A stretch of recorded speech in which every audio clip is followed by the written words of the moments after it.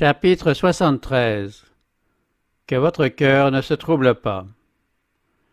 Jetant sur ses disciples un regard qui exprimait tout son amour divin et sa tendre sympathie, le Christ dit : « Maintenant le Fils de l'homme a été glorifié, et Dieu a été glorifié en lui. » Judas ayant quitté la chambre haute, le Christ se trouvait seul avec les 11. Avant de s'entretenir avec eux de son prochain départ, il voulut d'abord leur parler du but de sa mission, constamment présent à ses yeux. Dans toutes ses humiliations et ses souffrances, il lui était consolant de penser que le nom du Père en serait glorifié. C'est vers ce but qu'il commença par diriger la pensée des disciples. Ensuite, il leur dit avec affection : « Petits enfants, je suis encore pour peu de temps avec vous. Vous me chercherez, et comme j'ai dit aux Juifs, là où je vais, vous ne pourrez venir, à vous aussi je le dis maintenant. » En entendant ces paroles, les disciples ne pouvaient pas se réjouir. Ils furent saisis de frayeur et se serrèrent autour du Sauveur, leur Maître et Seigneur, leur ami fidèle plus cher que leur propre vie. C'est à lui qu'ils s'étaient adressés dans toutes leurs difficultés, c'est auprès de lui qu'ils avaient cherché la consolation de leur douleur et de leur désappointement. Il allait maintenant les laisser seuls et dans le besoin. De sombres pressentiments remplissaient leur cœur. Mais le Sauveur leur adressa des paroles pleines d'espérance. Ils savaient qu'ils allaient subir les attaques de l'ennemi et que les ruses de Satan ont plus de succès auprès de ceux qui sont déprimés par les difficultés. C'est pourquoi il s'efforça de détourner leur regard des choses visibles et de les attirer vers les invisibles. De la terre de l'exil, il dirigera leurs pensées vers la demeure céleste. « Que votre cœur ne se trouble pas, dit-il. Vous croyez en Dieu, croyez aussi en moi. Il y a beaucoup de demeures dans la maison de mon Père. Sinon, je vous l'aurais dit. Car je vais vous préparer une place, et lorsque je serai allé vous préparer une place, je reviendrai et je vous prendrai avec moi, afin que là où je suis, vous y soyez aussi. L'endroit où je vais, vous en savez le chemin.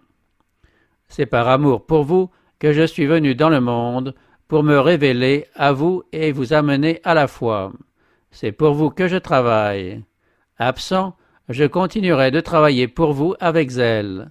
Je vais au Père pour coopérer avec lui en votre faveur. » Le départ du Christ avait un tout autre but que celui que les disciples redoutaient.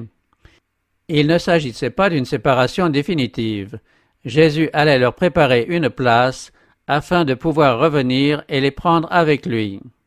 Et, tandis qu'il leur préparerait des demeures, eux devraient se préparer des caractères conformes au modèle divin. Néanmoins, les disciples restaient perplexes. Thomas, toujours assailli par le doute, dit : « Seigneur, nous ne savons où tu vas, comment en saurions-nous le chemin ? » Jésus lui dit : « Moi, je suis le chemin, la vérité et la vie. Nul ne vient au Père que par moi. Si vous me connaissiez, vous connaîtriez aussi mon Père. Et dès maintenant, vous le connaissez et vous l'avez vu. Il n'y a pas plusieurs chemins conduisant au ciel. Chacun n'a pas le droit de choisir son chemin. Le Christ dit : « Je suis le chemin. Nul ne vient au Père que par moi. » Depuis le jour où le premier sermon évangélique a été prêché, quand, en Éden, il fut annoncé que la postérité de la femme écraserait la tête du serpent, le Christ a été présenté comme étant le chemin, la vérité et la vie. Il était le chemin alors qu'Adam vivait encore, et qu'Abel offrit à Dieu le sang de l'agneau immolé, symbolisant le sang du Rédempteur. Le Christ était le chemin par lequel les patriarches et les prophètes ont pu être sauvés. Il reste le seul chemin qui nous donne accès auprès de Dieu. « Si vous me connaissiez, dit le Christ, vous connaîtriez aussi mon Père. Et dès maintenant, vous le connaissez et vous l'avez vu. » Les disciples ne comprenaient pas encore. « Seigneur, montre-nous le Père, » s'écria Philippe, « et cela nous suffit. » Étonné de les voir si lents à comprendre, le Christ ajouta avec une expression de surprise douloureuse : « Il y a si longtemps que je suis avec vous, et tu ne m'as pas connu, Philippe ? Est-ce possible que vous ne reconnaissiez pas le Père dans les œuvres qu'il accomplit par mon intermédiaire ? Ne croyez-vous pas que je suis venu pour rendre témoignage au Père ? comment dis-tu, montre-nous le Père? Celui qui m'a vu a vu le Père? En devenant homme, le Christ n'avait pas cessé d'être Dieu. Quoiqu'il se fût humilié jusqu'à revêtir l'humanité, il avait gardé sa divinité. Le Christ seul pouvait représenter le Père auprès des hommes, et les disciples avaient été témoins de cette représentation pendant plus de 3 années. « Croyez-moi, je suis dans le Père, et le Père est en moi. Sinon, croyez à cause des œuvres mêmes. » Leur foi pouvait s'appuyer sans crainte sur la démonstration contenue dans les œuvres du Christ, ces œuvres qu'aucun homme de lui-même n'avait jamais faites et ne pourra jamais faire. Les œuvres du Christ attestaient sa divinité. Le Père s'était révélé par lui. Si les disciples croyaient à cette relation vitale existant entre le Père et le Fils, leur foi ne les abandonnerait point quand ils verraient le Christ souffrir et mourir pour sauver un monde perdu. Le Maître voulait les amener de la foi inférieure à l'expérience possible lorsqu'ils comprendraient ce qu'il était réellement, Dieu dans une chair humaine.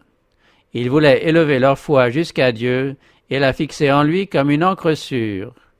Avec quelle ardeur et quelle persévérance notre Sauveur miséricordieux s'efforçait de préparer ses disciples en vue de l'orage de tentation qui allait fondre sur eux.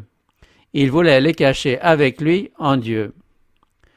Tandis que le Christ prononçait ces paroles, la gloire de Dieu resplendissait sur son visage, et tous ceux qui, ravis, l'écoutaient, ressentaient une crainte sacrée. Leur cœur était plus que jamais attiré à lui d'une manière irrésistible, et, tandis qu'un plus grand amour les entraînait vers le Christ, ils se sentaient aussi rapprochés davantage les uns des autres. Il leur semblait que le ciel était tout près d'eux, et les paroles qu'ils entendaient leur paraissaient être un message venant du Père céleste. « En vérité, je vous le dis, » ajouta le Christ, « celui qui croit en moi fera lui aussi les œuvres que moi je fais. » Le Sauveur désirait vivement que ses disciples comprissent pour quel but sa divinité s'était unie à l'humanité. Il était venu dans le monde pour y déployer la gloire de Dieu, afin que l'homme fût relevé par son pouvoir régénérateur. Dieu se manifestait en lui pour que lui se manifestât en eux. Jésus n'a montré aucune qualité et n'a exercé aucun pouvoir que l'homme ne soit capable d'obtenir par la foi en lui. Tous ses disciples peuvent atteindre à son humanité parfaite s'ils veulent se soumettre à Dieu comme il l'a fait. Et il en fera de plus grandes parce que je m'en vais vers le Père. Le Christ ne voulait pas dire par là que les œuvres des disciples auraient plus de valeur que les siennes, mais simplement qu'elles auraient une plus grande extension. Il ne parlait pas seulement des miracles, mais de tout ce qui s'effectuerait par l'opération du Saint-Esprit. Cette promesse se réalisa pour les disciples après l'ascension du Seigneur. La crucifixion, la résurrection et l'ascension du Christ devinrent pour eux de vivantes réalités. Ils constatèrent l'accomplissement littéral des prophéties. Ils sondèrent les Écritures et en acceptèrent le contenu avec une foi et une assurance qu'ils n'avaient pas eue auparavant. Ils savaient maintenant que leur divin Maître était tout ce qu'il avait déclaré être. Quand ils racontaient leurs expériences, proclamant l'amour de Dieu, les cœurs étaient attendris et subjugués, et des multitudes croyaient en Jésus. La promesse que le Sauveur a faite aux disciples s'applique à son Église jusqu'à la fin des temps. Dieu ne veut pas que le plan magnifique qu'il a conçu pour le salut des hommes ne produise que des résultats insignifiants. Tous ceux qui se mettront à l'œuvre, se fiant non pas à ce qu'ils peuvent faire par eux-mêmes, mais à ce que Dieu peut faire pour eux et par eux, verront certainement l'accomplissement de sa promesse. Il en fera de plus grandes, parce que je m'en vais vers le Père. Les disciples ne connaissaient pas encore les ressources et la puissance illimitée du Sauveur. Il leur dit, « Jusqu'à présent, vous n'avez rien demandé en mon nom. » Il leur expliqua que le secret de leur succès résidait en ceci, demander force et grâce en son nom. Ils se tiendraient auprès du Père pour prier en leur faveur. Ils s'approprient la prière de celui qui supplie humblement, comme étant son propre désir en faveur de cette âme. Toute prière sincère est entendue dans le ciel. Même si elle n'est pas dite avec éloquence, pourvu que le cœur y soit, elle montera jusqu'au sanctuaire où Jésus officie, et avec une parfaite assurance, il la présentera au Père, magnifique et toute parfumée de l'encens de sa propre perfection. Le sentier de la sincérité et de l'intégrité n'est pas exempt d'obstacles, mais dans chaque difficulté, nous devons reconnaître une invitation à la prière. Aucun être vivant ne possède une puissance qu'il n'ait reçue de Dieu. La source d'où procède cette puissance est accessible à l'être humain le plus faible.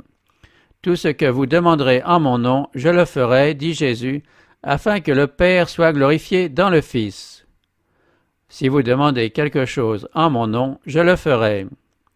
Le Christ a recommandé à ses disciples de prier en son nom. C'est en son nom que les disciples du Christ doivent se présenter devant Dieu. C'est le sacrifice qui a été fait pour eux qui leur donne de la valeur aux yeux du Seigneur. Ils lui sont devenus précieux parce que la justice du Christ leur a été imputée. C'est pour l'amour du Christ que le Seigneur pardonne à ceux qui le craignent.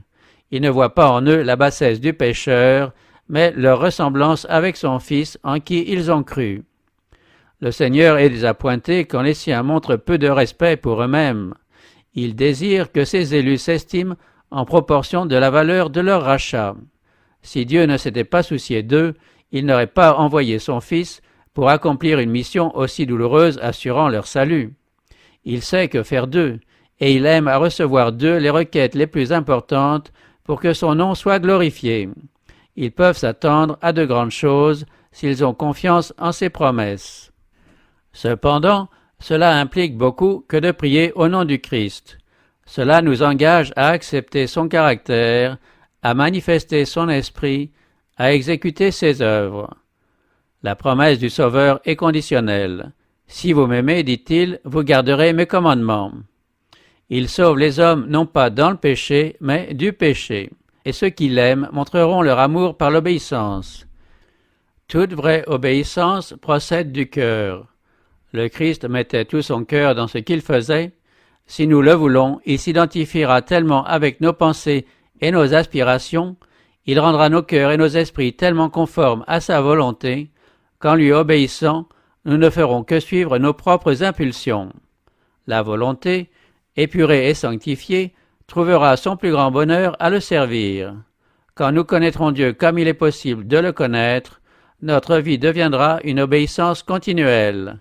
Si nous apprécions le caractère du Christ, si nous sommes en communion avec Dieu, le péché nous devient odieux. De même que le Christ, dans son humanité, a observé la loi, nous pouvons également le faire si nous nous saisissons de sa force. Mais nous ne devons pas nous décharger de notre responsabilité sur d'autres, attendant que ceux-là nous disent comment nous devons agir. Il ne faut pas que nous demandions conseil aux hommes, c'est le Seigneur qui nous enseignera notre devoir. Si nous venons à lui avec foi, il nous révélera ses mystères à nous personnellement. Nos cœurs brûleront souvent au-dedans de nous quand il s'approchera pour communier avec nous, comme il le faisait avec Enoch. Ceux qui sont décidés à ne rien faire en quelque domaine que ce soit qui puisse déplaire à Dieu sauront quelle ligne de conduite ils doivent suivre en toute occasion. Ils recevront non seulement de la sagesse, mais de la force. Comme le Christ l'a promis, il leur communiquera l'énergie nécessaire pour obéir et pour servir. Tout ce qui a été donné au Christ, toutes les choses indispensables aux hommes déchus, lui a été donné en tant que chef et représentant de l'humanité. Quoi que ce soit que nous demandions, nous le recevons de lui parce que nous gardons ses commandements et que nous faisons ce qui lui est agréable. Avant de s'offrir comme victime pour le sacrifice, le Christ chercha le don le plus essentiel et le plus riche qu'il put dispenser à ses disciples, un don qui leur rendrait accessibles les ressources illimitées de sa grâce. « Je prierai le Père, dit-il, et il vous donnera un autre consolateur qui soit éternellement avec vous. L'Esprit de vérité que le monde ne peut pas recevoir parce qu'il ne le voit pas et ne le connaît pas. Mais vous, vous le connaissez parce qu'il demeure auprès de vous et qu'il sera en vous. Je ne vous laisserai pas orphelins, je viendrai vers vous. » L'Esprit avait déjà été dans le monde auparavant. Dès les premiers commencements de l'œuvre de la rédemption, il avait agi sur les cœurs. Pourtant, aussi longtemps que le Christ vécut sur la terre, les disciples ne sentirent pas la nécessité d'un autre soutien. C'est seulement après qu'ils furent privés de sa présence qu'ils éprouvèrent le besoin de l'Esprit, et alors celui-ci leur fut donné. Le Saint-Esprit est le représentant du Christ, mais dépouillé de la personnalité humaine et indépendant de celle-ci. Embarrassé d'un corps humain, le Christ ne pouvait pas se trouver partout en personne. Il leur était donc avantageux qu'il s'en allât au Père et leur envoya l'Esprit pour lui succéder sur la terre. Dès lors, personne n'aurait un avantage découlant de sa présence dans un endroit plutôt que dans un autre, ou de son contact personnel avec le Christ. Grâce à l'Esprit, le Sauveur serait accessible à tous, de sorte qu'il serait plus près de ses disciples que s'il n'était pas monté au ciel. Celui qui m'aime sera aimé de mon Père, moi aussi je l'aimerai et je me manifesterai à lui. Jésus voyait l'avenir de ses disciples. Il en suivait un à l'échafaud, un autre vers la croix, un exilé parmi les rochers solitaires de la mer, d'autres encore persécutés et mis à mort. Il les encouragea en leur assurant qu'il serait avec eux dans toutes leurs épreuves. Cette promesse n'a rien perdu de son efficacité. Le Seigneur connaît tout ce qui concerne ses fidèles serviteurs qui, à cause de lui, sont prisonniers ou bannis en des îles désertes. Il les réconforte par sa présence. Lorsque, à cause de la vérité, un croyant se tient à la barre d'un tribunal inique, le Christ se trouve à ses côtés. L'opprobre qui atteint le disciple retombe sur Jésus qui est condamné à nouveau dans la personne de son disciple.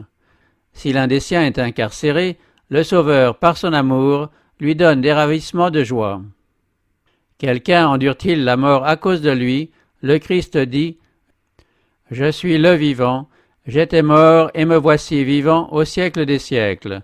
Je tiens les clés de la mort et du séjour des morts. La vie qui est offerte en sacrifice pour moi sera conservée pour la gloire éternelle. En tout temps et en tout lieu, dans toutes nos douleurs et dans toutes nos afflictions, quand les perspectives paraissent sombres et l'avenir angoissant, quand nous nous sentons dénués de tout et délaissés, le Consolateur nous est envoyé en réponse à la prière faite avec foi. Les circonstances peuvent nous éloigner de tous nos amis terrestres, mais aucun événement, aucune distance ne peuvent nous séparer du Consolateur céleste. Où que nous soyons, où que nous allions, il est toujours à notre droite pour nous soutenir et nous encourager. Les disciples, ayant quelque peine à saisir le sens spirituel de ces paroles, le Christ dut s'expliquer. Par son esprit, ajouta-t-il, il se manifesterait à eux. Le Consolateur, le Saint-Esprit que le Père enverra en mon nom, c'est lui qui vous enseignera toutes choses. Vous ne direz plus « je ne comprends pas ». Vous ne verrez plus confusément comme à travers un verre obscur. Vous pourrez comprendre avec tous les saints quelle est la largeur, la longueur, la profondeur et la hauteur de l'amour du Christ qui surpasse toute connaissance. Les disciples devaient rendre témoignage à la vie et à l'œuvre du Christ. Par leur intermédiaire, il allait s'adresser à tous les peuples de la terre. Mais l'humiliation et la mort du Christ allaient leur procurer une grande épreuve et une déception.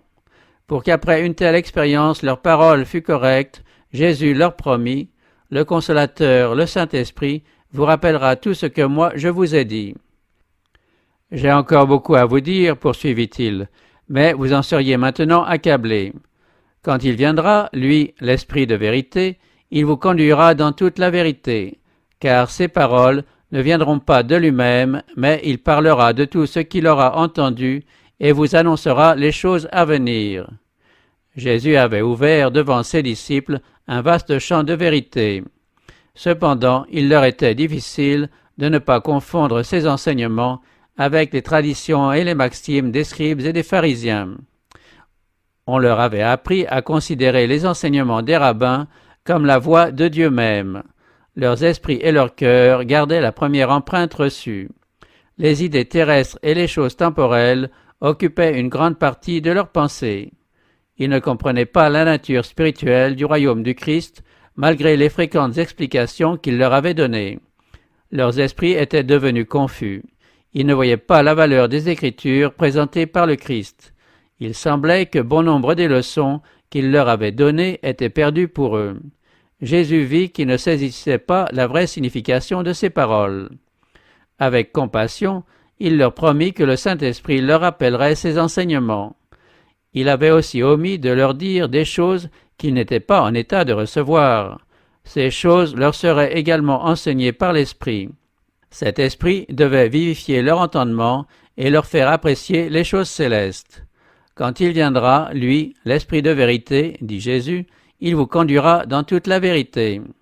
Le Consolateur est appelé l'Esprit de vérité. Son œuvre consiste à établir et à maintenir la vérité. Il commence par habiter dans le cœur en tant qu'Esprit de vérité, et c'est ainsi qu'il devient un consolateur. La consolation et la paix procèdent de la vérité. Il ne peut y avoir de vraie paix, de vraie consolation dans l'erreur. C'est par de fausses théories et de vaines traditions que Satan acquiert son influence sur les esprits. En dirigeant les hommes vers de faux idéaux, il déforme les caractères.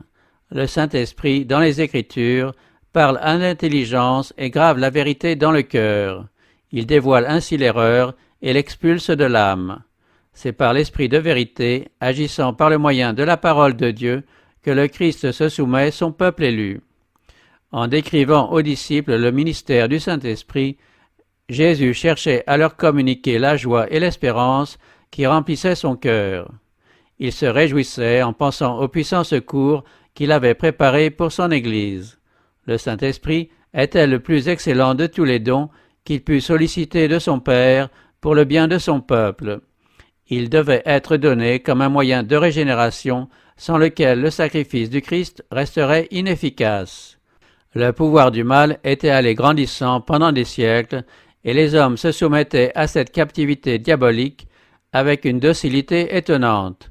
La résistance au péché et la victoire ne seraient rendues possibles qu'au moyen de la troisième personne de la divinité qui viendrait non pas avec un pouvoir amoindri, mais avec la plénitude de la puissance divine. C'est l'Esprit qui nous permet de bénéficier de l'œuvre accomplie par le Rédempteur du monde. C'est l'Esprit qui rend le cœur pur, c'est par l'Esprit que le croyant devient participant de la nature divine. Le Christ a donné la plénitude de la puissance divine de son Esprit pour que nous puissions vaincre nos défauts, héréditaires ou acquis, et pour que l'Église reçoive l'empreinte de son caractère. Jésus dit, en parlant de l'Esprit, « Lui me glorifiera ». De même que le Sauveur est venu pour glorifier le Père par la démonstration de son amour, ainsi l'Esprit devait glorifier le Christ en faisant connaître sa grâce au monde. L'image de Dieu doit se reproduire au sein de l'humanité. L'honneur de Dieu et du Christ exige que son peuple atteigne la perfection divine. Quand il sera venu, l'Esprit de vérité, il convaincra le monde de péché, de justice et de jugement. La prédication de la parole ne servirait à rien sans la présence continuelle et l'assistance du Saint-Esprit. Il est seul capable d'enseigner avec efficacité la vérité divine. La vérité ne réveille la conscience et ne transforme la vie que si l'Esprit la fait pénétrer dans le cœur. On peut être à même de présenter la lettre de la parole de Dieu, on peut être familiarisé avec tous les commandements et les promesses qu'elle renferme, mais si le Saint-Esprit n'établit pas la vérité dans le cœur, on ne sera pas brisé sur le rocher. Aucun degré d'instruction, aucun avantage si grand qu'il soit, ne peut permettre à quelqu'un de transmettre la lumière sans la coopération de l'Esprit de Dieu. On ne répandra la semence de l'Évangile avec succès que si elle est vivifiée par la rosée du ciel. Avant qu'aucun des livres du Nouveau Testament n'eût été rédigé, avant qu'aucun sermon évangélique n'eût été prononcé à la suite de l'ascension du Christ, le Saint-Esprit est descendu sur les apôtres en prière. Alors leurs ennemis furent obligés de leur rendre ce témoignage, « Vous avez rempli Jérusalem de votre enseignement ». Le Christ a promis à son Église de lui accorder le don du Saint-Esprit. Cette promesse est pour nous tout aussi bien que pour les premiers disciples. Mais comme toutes les autres promesses, celle-ci est conditionnelle. Il y en a un grand nombre qui font profession de croire à la promesse du Seigneur. Ils parlent du Christ et du Saint-Esprit, mais n'en retirent aucun bien. Ils ne consentent pas à être vidés et dominés par les instruments divins. On ne peut pas se servir du Saint-Esprit, le Saint-Esprit doit se servir de nous. C'est par l'Esprit que Dieu opère chez les siens le vouloir et le faire pour l'accomplissement de son dessein d'amour. Beaucoup ne consentent pas à se soumettre à cette action parce qu'ils veulent garder leur liberté.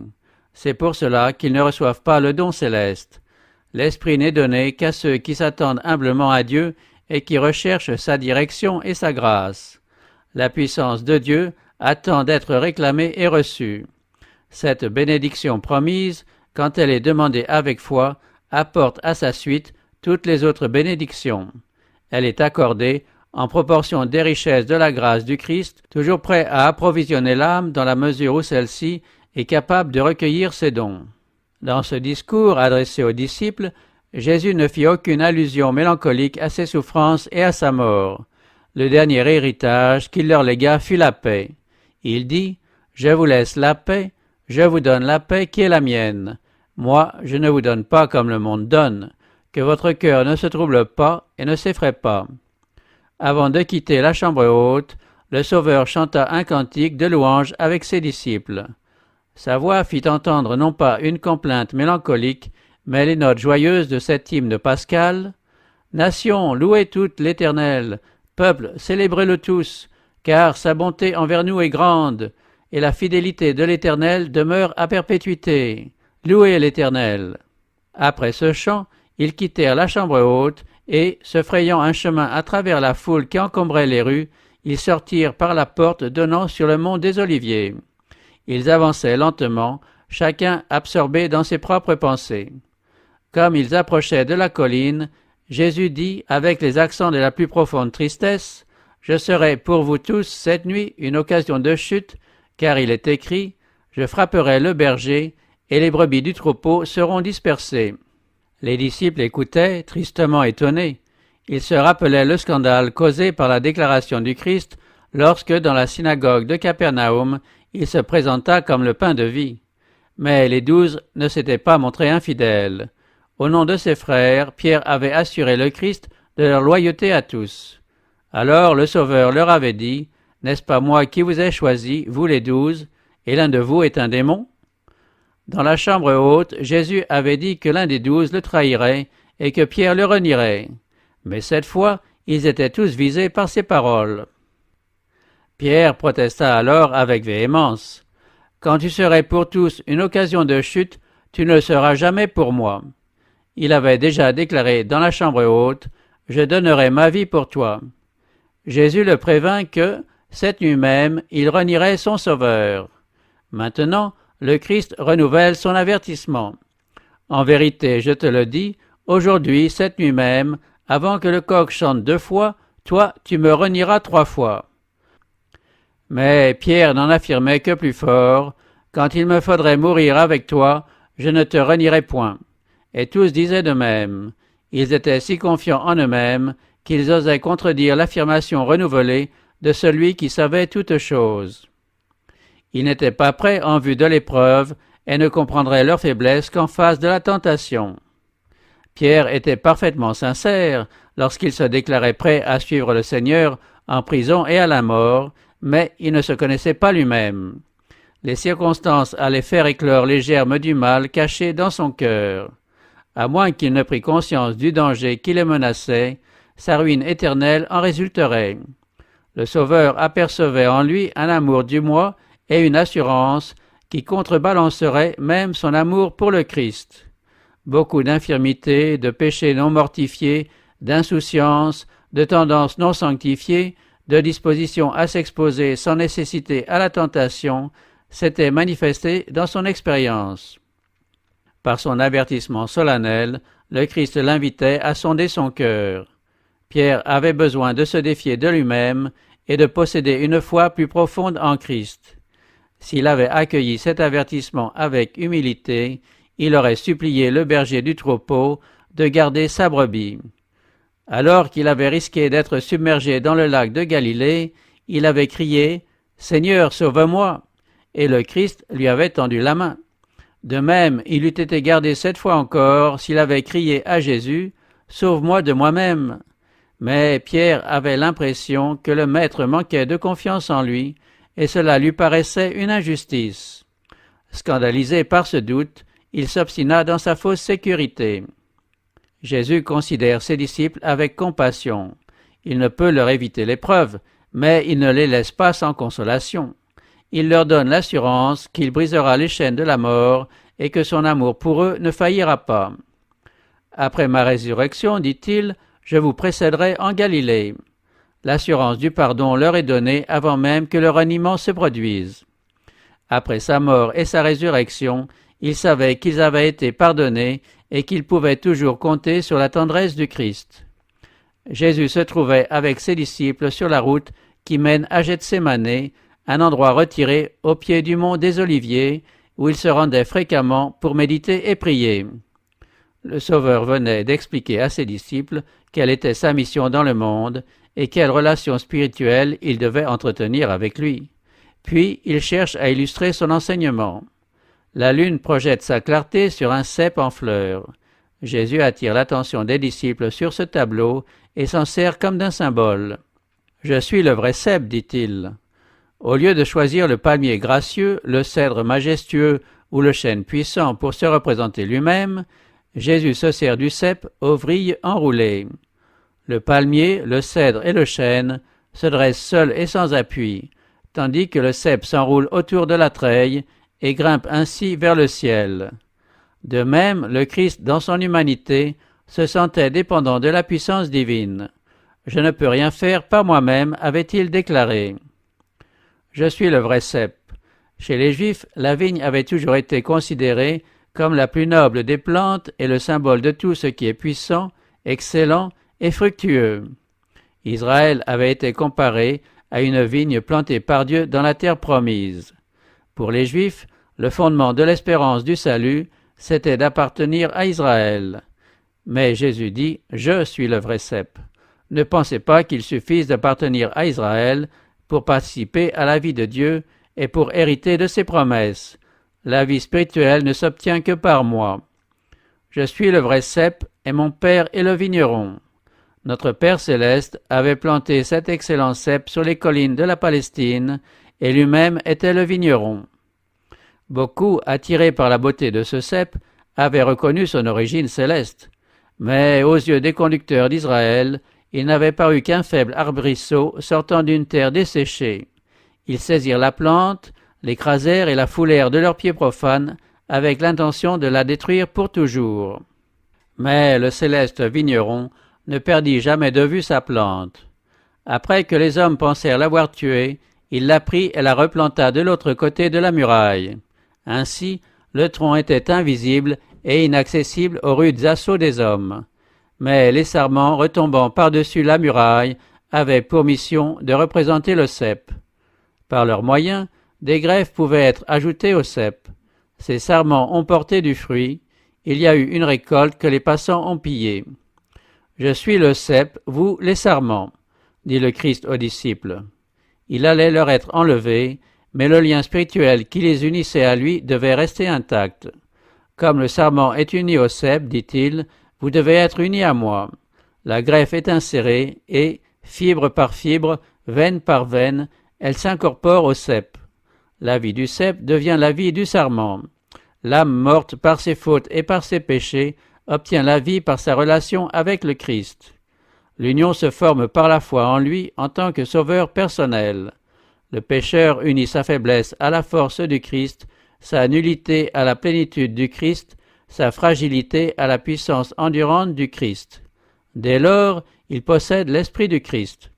L'humanité du Christ est entrée en contact avec notre humanité et notre humanité avec sa divinité.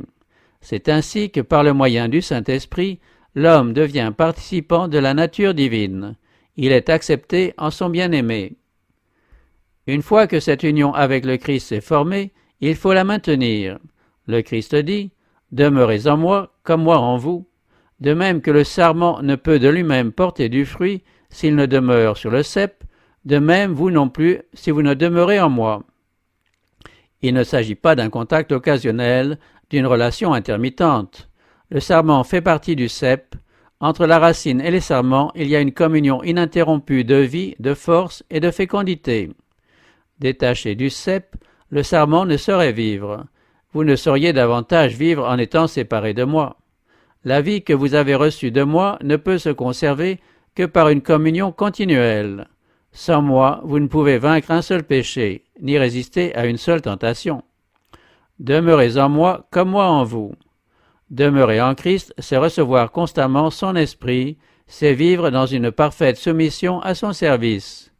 La voie de communication entre l'homme et Dieu doit être continuellement libre, ainsi que le sarment tire constamment la sève du cep vivant, nous devons rester attachés à Jésus et recevoir de lui, par la foi, la force et la perfection de son caractère. La racine envoie la nourriture par le moyen des sarments jusqu'aux dernières ramilles.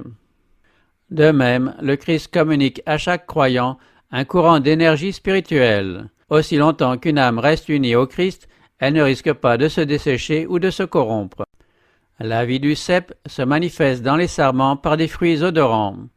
Celui qui demeure en moi, dit Jésus, comme moi en lui, porte beaucoup de fruits.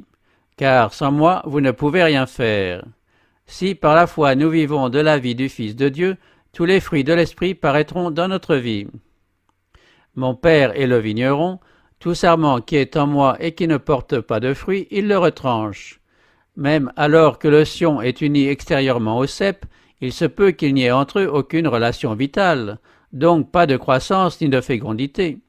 Il peut aussi y avoir un rapport apparent avec le Christ, sans l'union réelle de la foi. Une profession de piété introduit les hommes dans l'Église, mais seul le caractère et leur conduite prouvent leur intimité avec le Christ. S'ils ne portent pas de fruits, ce sont de faux sarments. Leur séparation d'avec le Christ les expose à une ruine aussi complète que celle qui attend le sarment desséché. Si quelqu'un ne demeure pas en moi, dit le Christ, il est jeté dehors comme le sarment, et il sèche. Puis l'on ramasse les sarments, on les jette au feu et ils brûlent. Tout sarment qui porte du fruit, il l'émonde, afin qu'il porte encore plus de fruits. Parmi les 12 qui avaient suivi Jésus, il en était un qui allait être retranché comme un sarment stérile. Les autres passeraient sous le sécateur d'une épreuve amère. Avec une tendresse solennelle, Jésus fit connaître le dessein du vigneron. L'émondage occasionne une douleur, mais c'est le Père qui manie le sécateur. Il ne travaille pas d'une main brutale ou d'un cœur indifférent. Il y a des sarments qui se traînent sur le sol et qu'il faut détacher des supports terrestres auxquels leurs vrilles se sont fixées, afin de les diriger vers le ciel pour qu'ils trouvent leur appui en Dieu. L'excès de feuillage qui accapare la vie dont le fruit aurait besoin doit être élagué pour laisser pénétrer les rayons vivifiants du soleil de la justice. Le vigneron retranche les pousses nuisibles pour obtenir un fruit plus riche et plus abondant. Mon Père est glorifié en ceci, dit Jésus, que vous portiez beaucoup de fruits.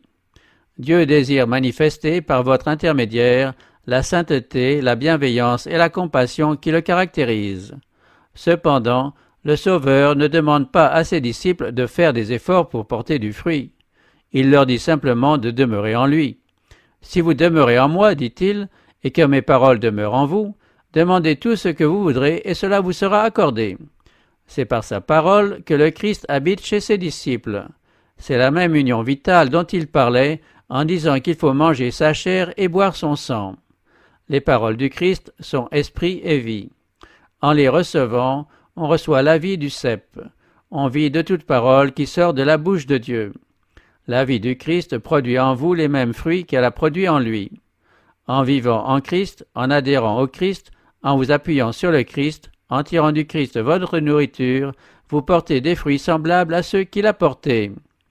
Au cours de son dernier entretien avec les disciples, Jésus a exprimé l'ardent désir de les voir s'aimer les uns les autres comme il les avait aimés. Il insista particulièrement sur ce sujet. « Ce que je vous commande, dit-il à plusieurs reprises, c'est de vous aimer les uns les autres. » La première recommandation qu'il leur avait faite dans la chambre haute avait été celle-ci. « Je vous donne un commandement nouveau. Aimez-vous les uns les autres. Comme je vous ai aimé, vous aussi, aimez-vous les uns les autres. » Ce commandement était nouveau pour les disciples, car jusque-là, ils ne s'étaient pas aimés les uns les autres comme le Christ les avait aimés. Jésus jugeait qu'ils avaient besoin d'être dirigés par de nouvelles idées et de nouveaux mobiles, qu'ils devaient se conformer à de nouveaux principes, que sa vie et sa mort, à la lumière de son sacrifice, allaient leur donner une nouvelle conception de l'amour. L'œuvre de la grâce tout entière est un service continuel d'amour, de renoncement, de sacrifice de soi-même. À chaque heure de son séjour sur la terre, des courants irrésistibles d'amour divin découlaient du Christ. Tous ceux que pénètre son esprit aimeront comme il a aimé. Le même principe qui a inspiré le Christ inspirera aussi leurs relations les uns avec les autres. C'est à cet amour que l'on reconnaît les vrais disciples. À ceci, dit Jésus, tous reconnaîtront que vous êtes mes disciples si vous avez de l'amour les uns pour les autres. Quand des hommes sont liés les uns aux autres, non par la force ou l'intérêt, mais par l'amour, ils montrent qu'ils sont sous une influence supérieure à toutes les influences humaines. Là où cette unité existe, on a la preuve que l'image de Dieu est rétablie dans l'humanité et qu'un nouveau principe de vie a été communiqué. Il est ainsi démontré que la nature divine est capable de résister aux forces surnaturelles du mal et que la grâce de Dieu peut vaincre l'égoïsme inhérent au cœur humain. Un tel amour, manifesté au sein de l'Église, provoquera sûrement la colère de Satan. Le Christ n'a pas tracé devant ses disciples un sentier facile. « Si le monde a de la haine pour vous, dit-il, sachez qu'il m'a haï avant vous. Si vous étiez du monde, le monde aimerait ce qui est à lui. Mais parce que vous n'êtes pas du monde, et que je vous ai choisi du milieu du monde, à cause de cela, le monde a de la haine pour vous. Souvenez-vous de la parole que je vous ai dite. Le serviteur n'est pas plus grand que son maître. S'ils m'ont persécuté, ils vous persécuteront aussi. S'ils ont gardé ma parole, ils garderont aussi la vôtre. Mais tout cela, ils vous le feront à cause de mon nom, parce qu'ils ne connaissent pas celui qui m'a envoyé. » L'Évangile se propage au prix d'une lutte agressive, au milieu de l'opposition, de périls, de pertes et de souffrances. Mais ceux qui accomplissent cette œuvre ne font que marcher sur les traces de leur maître. En tant que rédempteur du monde, le Christ n'a eu apparemment que des insuccès. Messager de la grâce auprès de notre monde, il semble qu'il ne lui a été donné d'accomplir qu'une faible partie de l'œuvre qu'il désirait faire en vue de relever et de sauver. Des influences diaboliques étaient continuellement à l'œuvre s'opposant à lui, mais il ne se laissait pas décourager. Il déclare par le prophète Ésaïe « J'ai travaillé en vain, j'ai consumé ma force inutilement et sans fruit. Mais mon droit est auprès de l'Éternel, et mon salaire auprès de mon Dieu. Et maintenant l'Éternel parle, lui qui m'a formé dès ma naissance pour être son serviteur, pour ramener à lui Jacob, et pour rassembler Israël autour de lui, car je suis honoré aux yeux de l'Éternel, et mon Dieu est ma force. » C'est au Christ que cette promesse est faite. Ainsi parle l'Éternel, le Rédempteur, le Saint d'Israël, à celui qui est méprisé des hommes, détesté du peuple. Ainsi parle l'Éternel, je veillerai sur toi, je ferai de toi le médiateur de mon alliance avec le peuple, pour relever le pays et partager les héritages dévastés, pour dire aux prisonniers, sortez, et à ceux qui sont dans les ténèbres, montrez-vous. Ils n'auront plus faim, ils n'auront plus soif, ni le hâle brûlant, ni l'ardeur du soleil ne les frapperont plus, car celui qui les a pris en pitié les conduira et les mènera près des sources d'eau. Jésus s'appuyait sur cette parole et n'accordait aucun avantage à Satan. Au moment où il allait descendre jusqu'au fond de l'humiliation, où la tristesse la plus accablante enveloppait son âme, le Christ dit aux disciples, « Le prince du monde vient, il n'a rien en moi. Le prince de ce monde est jugé. Il va être jeté dehors. » L'œil prophétique du Christ apercevait les événements qui devaient marquer la grande lutte finale. Il savait que le ciel entier triompherait quand il pourrait s'écrier « Tout est accompli ». Il entendait déjà les sons éloignés de la musique et des cris de victoire retentissant dans les parvis célestes. Il savait que le glas allait sonner sur l'empire de Satan et que le nom du Christ serait proclamé de monde en monde à travers l'immensité de l'univers. Le Christ se réjouissait à la pensée qu'il pourrait faire pour ses disciples plus qu'il n'était capable de demander ou même de penser. Il s'exprimait avec assurance, car il savait qu'un décret tout-puissant avait été promulgué dès avant la création du monde. Il savait que la vérité, accompagnée de la toute-puissance du Saint-Esprit, remporterait la victoire sur le mal et que la bannière ensanglantée flotterait triomphalement sur ses disciples. Il savait que la vie de ses disciples confiants serait semblable à la sienne une série ininterrompue de victoires, non considérées comme telles ici-bas, mais dans l'au-delà. Je vous ai parlé ainsi, dit-il, pour que vous ayez la paix en moi. Vous aurez de l'affliction dans le monde, mais prenez courage, moi j'ai vaincu le monde. Le Christ n'a eu ni défaillance ni découragement. Ses disciples doivent manifester une foi aussi persévérante. Ils doivent vivre comme il a vécu et travailler comme il a travaillé, en comptant sur lui comme sur leur chef suprême. Il leur faut du courage, de l'énergie et de la persévérance pour s'avancer coûte que coûte par sa grâce, même si des obstacles infranchissables paraissent leur barrer la route, pour surmonter les difficultés au lieu de les déplorer, pour espérer contre toute espérance. Le Christ les a attachés au trône de Dieu par les chaînes d'or de son amour immaculé. Il veut qu'ils possèdent la plus puissante influence qui soit dans l'univers, celle qui émane de la source de la toute-puissance. Pour résister au mal, il dispose d'un pouvoir que ni la terre, ni la mort, ni l'enfer ne peuvent dominer et qui les rendra capables de vaincre comme le Christ a vaincu. Jésus veut que l'ordre du ciel, le plan du gouvernement céleste, la divine harmonie, soit représenté dans son Église sur la terre. Ainsi, il sera glorifié par son peuple. Ainsi, le soleil de justice brillera dans le monde de l'éclat le plus vif. Le Christ a pourvu son Église de moyens abondants en vue d'obtenir un riche revenu de gloire du domaine qu'il s'est acquis. Il a accordé aux siens des talents et des bienfaits pour qu'ils soient à même de représenter dignement celui qui possède toutes les capacités. L'Église, dotée de la justice du Christ, se trouve être son dépositaire. En elle doivent paraître dans leur plénitude et se déployer largement les richesses de sa grâce et de son amour. Dans la pureté et dans la perfection de son peuple, le Christ voit la récompense de son humiliation et le complément de sa gloire. Il reste, lui, le grand centre d'où émane toute gloire. Le Sauveur acheva ses instructions par des paroles pleines de fermeté et d'espérance. Ensuite, levant les yeux au ciel, il répandit son âme dans une prière prononcée en faveur de ses disciples. Père, l'heure est venue, glorifie ton Fils, afin que le Fils te glorifie, selon que tu lui as donné pouvoir sur toute chair, afin qu'il donne la vie éternelle à tous ceux que tu lui as donnés. Or, la vie éternelle, c'est qu'ils te connaissent, toi, le seul vrai Dieu, et celui que tu as envoyé, Jésus-Christ. Le Christ avait achevé l'œuvre qui lui avait été assignée. Il avait glorifié Dieu sur la terre.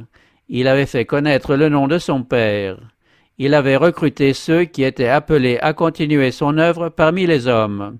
Et il dit, « Je suis glorifié en eux, je ne suis plus dans le monde, eux sont dans le monde, et moi je vais à toi. » Père Saint, garde-les en ton nom que tu m'as donné, afin qu'ils soient un comme nous. Ce n'est pas pour eux seulement que je prie, mais encore pour ceux qui croiront en moi par leur parole, afin que tous soient un. Moi en eux et toi en moi, afin qu'ils soient parfaitement un, et que le monde reconnaisse que tu m'as envoyé, et que tu les as aimés comme tu m'as aimé. Par ces paroles qui portent l'empreinte d'une autorité divine, le Christ remet ses élus entre les bras de son Père. Il intercède en faveur de son peuple, en qualité de souverain sacrificateur consacré. Berger fidèle, il rassemble son troupeau à l'ombre du Tout-Puissant dans un sûr refuge. Il lui reste à livrer encore une bataille contre Satan, et il s'élance au-devant de l'ennemi.